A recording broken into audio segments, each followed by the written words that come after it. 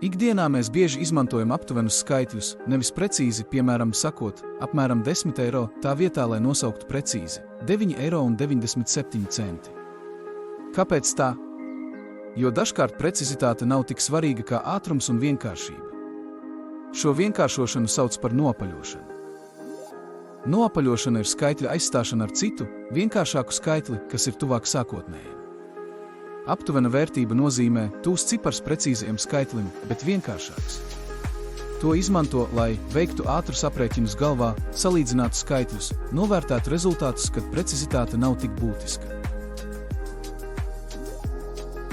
Noapaļojot mums talkā nāk noteikums mazāk, vairāk par 5, tas nosaka, kad noapaļo svarīgi skatīties uz nākamo ciparu aiz noapaļojumās vietas. Piemēram, visi cipari, kas mazāk par 5 var tikt noapaļot uz leju, šādi.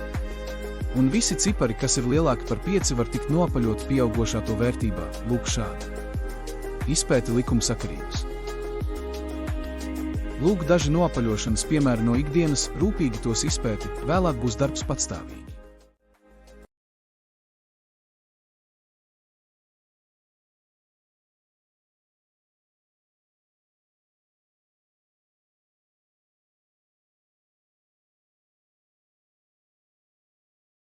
Ko mēs uzzinājām? Noapaļošana palīdz izmantot aptuvenus skaitļus, kas ir vienkāršāki un ātrāk lietojami.